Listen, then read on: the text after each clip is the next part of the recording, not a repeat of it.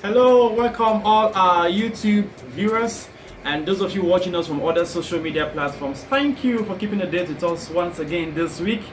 Last week we talked about attitude, and this week we are talking about factors that determine our attitude. Now, I believe you know the program we are tuning into. It is 10 Minutes with Gofa. It's a program that was orchestrated a few months ago this year to see how we can rebuild organizations, tell them the right methodologies to apply as to revamping the organizations for those that are struggling and those that are about to start, to encourage them to begin, and those who are already there to ensure they keep on thriving. Thank you so much for joining us, and I believe you were blessed by today's episode. Last week we focused on attitude, and I did say that attitude is like a perfume, it smells on us.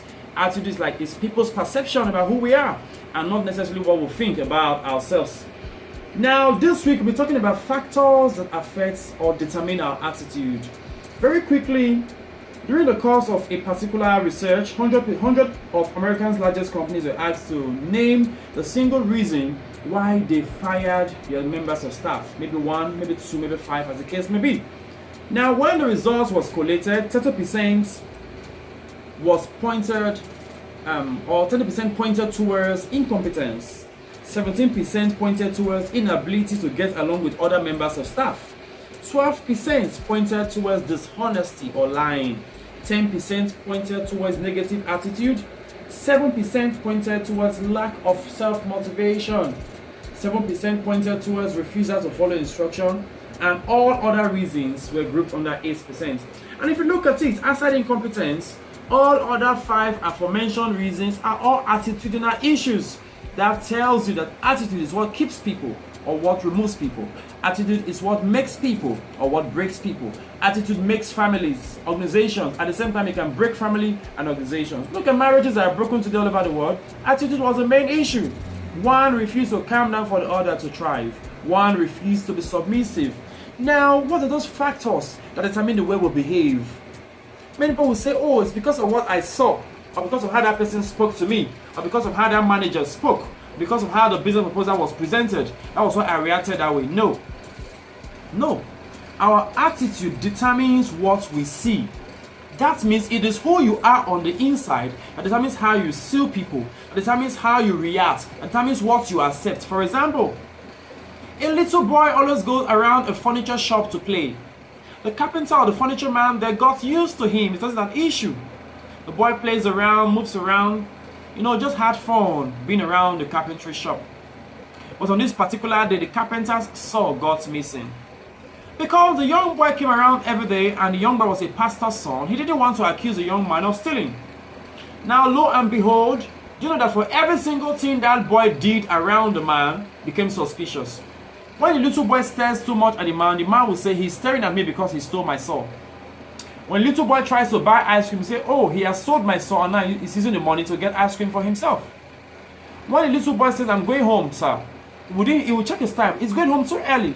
Maybe he wants to go and spend more money from the money he has sold, in terms of the money he got from selling my saw, and doesn't want me to know about it. Every single thing the boy did became suspicious. 2 days down the line, the man saw his saw in one of his bags. Do you know that immediately his mindset about the child was reviewed? Even when the boy tried going home early, he didn't suspect the boy anymore. When the boy was buying ice cream, he didn't suspect the boy anymore. That means what we see does not determine our attitude, but our attitude determines how we see people, how we view people. If you are a hammer, you will see everybody like a nail. You want to nail them down. If you're somebody who has a low self-esteem, you want to make sure every other person around you has a low self-esteem because you see them as being proud people. Your attitude determines what you see. A lousy and a nagging woman will always see a lousy and a nagging husband. Whatever the husband does not just appeal well to her senses because she has been wired to see wrongly because she has a wrong attitude. Now, in a university in America, the principal or the head of the school noticed that some kids were doing well and some others were not doing well. Because the teachers tend to focus more on those who were doing well and neglected those who were not doing well. Now, this was what happened. The principal called all the members of staff together, the teachers, and he told them, now, I'll be picking the 3 best staff among you to groom the best students we have in this school, while the other teachers will teach the other students. Ladies and gentlemen, the students were given to those particular teachers to take 3 teachers, and they took those kids all through the semester. At the end of the semester, those kids that were taught by the best set of teachers got the best results. And they were so happy. In fact, during the last meeting for the term, they said, "Sir, thank you so much for this new innovation, for giving us students who are so intelligent, and we have groomed them and now they are better." And the principal said, "No. First of all, you guys were not the best teachers in the school. We just picked randomly. And the students we're giving to you were the weakest in the school.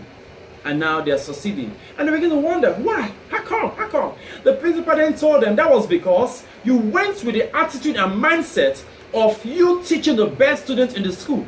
So while they were unable to deliver, you took your time. You were patient with them, knowing fully well they are intelligent and they can deliver. So you taught them like students who were sound.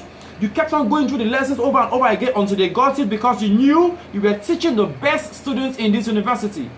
That means before now you have been seeing some as being intelligent and being dull, so you'll be teaching the intelligent one more.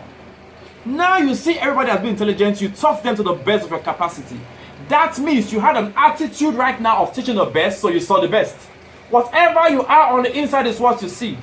The man who is a failure has so seen failure on the inside that everything around him seems to fail. The man who is a success has so seen success on the inside, up till now everything he sees is success, because why? His attitude from the inside of him radiates success. So the first factor that determines our attitude is this: our attitude determines what we see. So I won't even say factor that determine our attitude, I will say attitude. Our attitude determines the factors of our life. Let me put it that way. So I beg of you, see well. See happy customers. See a happy boss. See a nice husband. See a nice principal if you're a staff or a teacher in a school. See a nice pastor if you're a subordinate in a ministry. Once you can see good things, once your attitude on the inside of you shows good things, you will see good things. In other words, what you see on the inside is what you see on the outside. Oh, beautiful, beautiful. I know somebody learning something today. Our attitude, in fact, the second thing is this: our attitude, to a very large extent, determines how we handle our feelings. Everyone feels bad at one point or the other. Our attitude cannot stop our feelings, but our attitude can keep our feelings from stopping us. That means I feel bad, but my attitude on the inside is a good one. So it keeps that bad from stopping me. My attitude keeps me going. My attitude does not make how I feel affect the way I react to people. So I shouldn't slap that woman because she talked to me wrongly. I have a good attitude. I don't slap women. Therefore, no matter what she says, it doesn't get to me. So don't say I slapped her because she insulted me. You slapped her because you have learned how to slap people. Your attitude on the inside of you tells you to slap people. A boss can shout because he's angry. But when the boss now refuses to relate to that member of staff 3 days, 4 days to a week, he has to check his attitude. If you refuse greeting a customer or talking friendly to a child in your class if you're a teacher because of something they did yesterday, 5 days ago, sir, you have a wrong attitude. If you mark a child's script with the mindset of what he did to you last term, sir, you have a wrong attitude. Your attitude, in fact, determines how you handle your feelings. So the boy that shouts and tries to fight has a wrong attitude. He's not shouting because the scenario requires him to shout. He's shouting because he has shouting on the inside of him. The first thing is this: your attitude determines what you see. And the second thing is this: your attitude determines how you handle your feelings. Let's stop there for today. Thank you so much for joining us again today. I believe you've learned a lot. Join us next time. Same station, same YouTube channel, or any other social media platform you view us from. And I know God will bless your family and uplift your businesses. God bless you.